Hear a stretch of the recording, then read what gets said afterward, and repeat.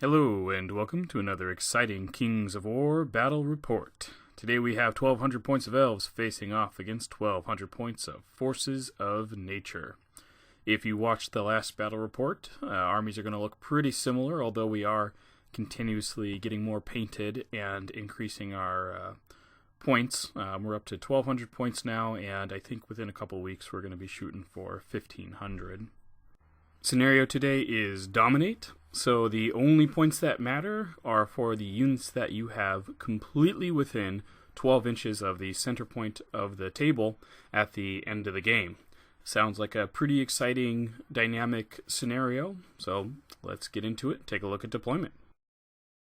We'll start with my opponent on the far left flank. We have a unit of Hunters of the Wild, and then to the right of them we have another unit of Hunters of the Wild, followed by the Tree Herder, the horde of Forest Shamblers, and then hiding behind some trees over on the far right is a Winged Unicorn and a Beast of Nature. Beast of Nature has the Lightning Bolt upgrade. He did not actually take the Flying upgrade, so ignore those wings, they don't work. And for my deployment, starting with the far right flank, I have the Regiment of Chariots. Now, I took the Wine of Elvenkind for these. I really want to try out the Chariots and look forward to being able to nimbly reposition around the board while taking shots the whole time without any penalty for moving. I know Direct Misfire, they did a review for I think it was the Army of Dust, in one of their battle reports. Weren't a big fan of the Chariots, but I have hopes, so let's see how those go. And next to them on the hill, we have the pair of Bolt Thors, and then in front of them, the Palace Guard, and then just to the right, the Mage, Ashar himself, and then the Archers behind that puddle. Don't know why I bother. This is Forces of Nature. They don't care about any terrain. And then next to the Archers, positioned to protect the flank and maybe swing around that center point, are the Tall Spears. And then we have the Gladestalkers in the wood. I believe that's after their Vanguard movement.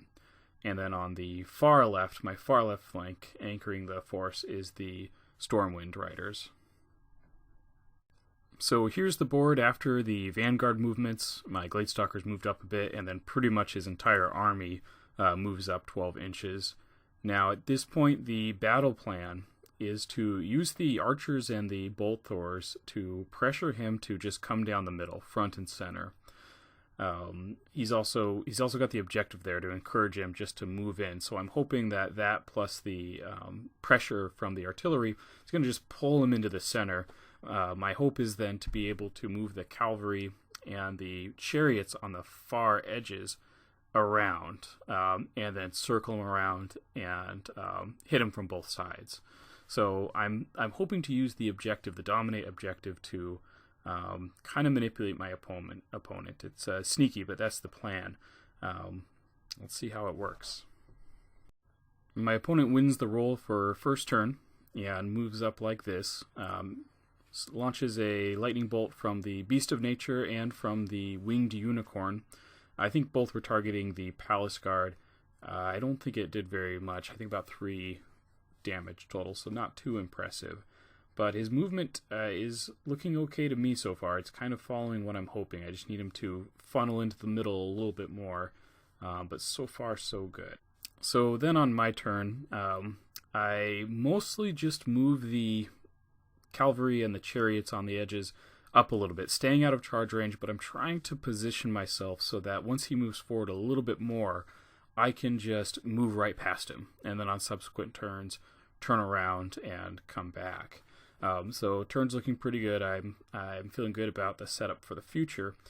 Meanwhile, I focus every ranged attack I have using Banechant on the Archers, and then firing the Archers and the Bolt Thors into the Winged Unicorn. The Chariots as well, which were able to get a perfectly clean shot by moving up a little. And with all of that fire, I put something like 8 or 11 damage on the Winged Unicorn, and even though it's inspiring, easily managed to roll twice enough to rout it.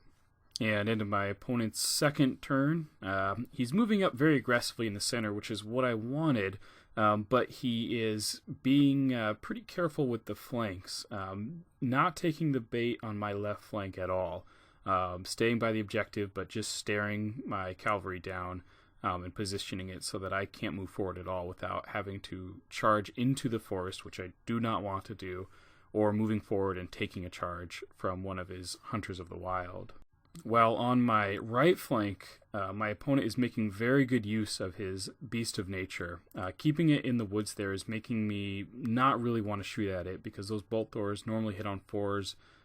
Being in the woods is going to make them hit on 5s on that. And then he's keeping me from swinging around with my chariots like I want to do so that I can flank the tree man or even threaten the rear of the Hunters of the Wild. Because if I try to, he'll flank me with that Beast of Nature.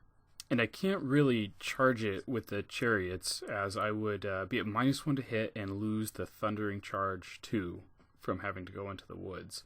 So it puts me in a tough spot, but fortunately the chariots do have ranged attacks, so I kind of just dance around over there, taking shots at the best target I can find.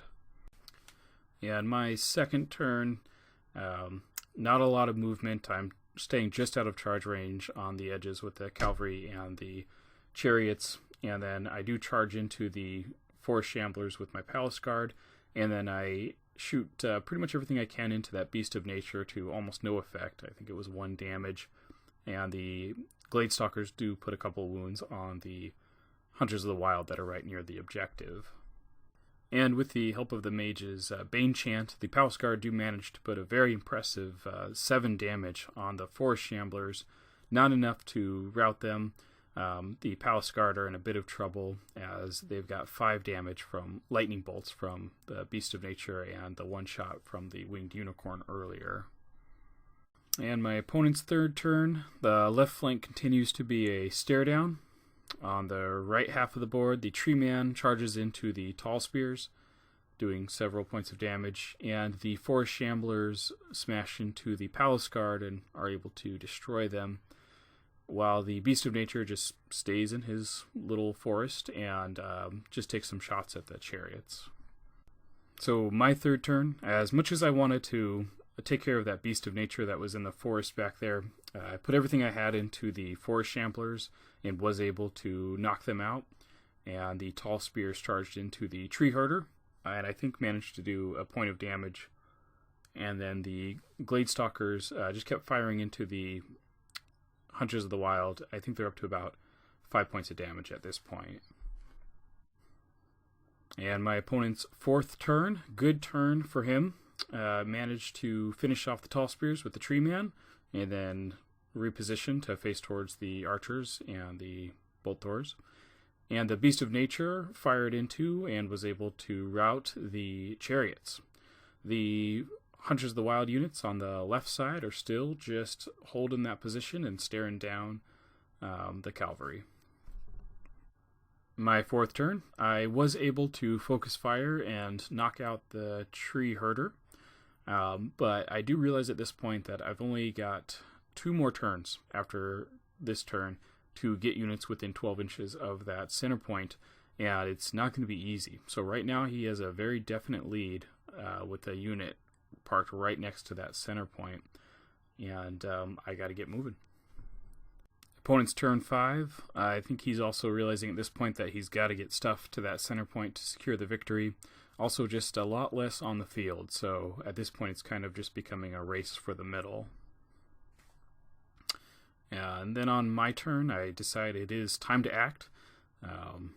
Despite the bad position, the cavalry does charge into the Hunters of the Wild on the left side through the forest, while the Gladestalkers move up and take a couple more shots on the other Hunters of the Wild unit, which does manage to rout it.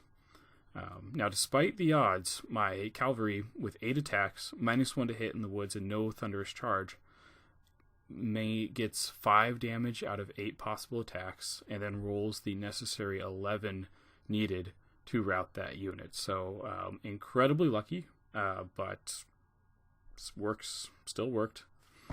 And with the reform, was able to keep them within 12 inches of the center point. So at the end of the game here, I did manage to get the Stormwind Cavalry and the Gladestalkers completely within 12 inches of the center point. The Beast of Nature is still alive, but not within the 12 inches, so it was a solid victory for the Elves. And that was a fantastic game. Again, probably the best game of Kings of War I've played to date. They just keep getting better. Loved the dominate scenario. The back and forth and positioning to try and control the middle really added another layer to the game that I thought was really enjoyable. So I highly recommend that scenario, and I look forward to trying more of them. So I hope you guys enjoyed watching the battle report. If there's anything you want to see more of, anything you want to see less of, or anything you want to see different, please let me know in the comments. Pretty early on in making these, really enjoying it. I'm looking forward to doing more, so help me decide how to make them better. Thanks for watching. See you next time.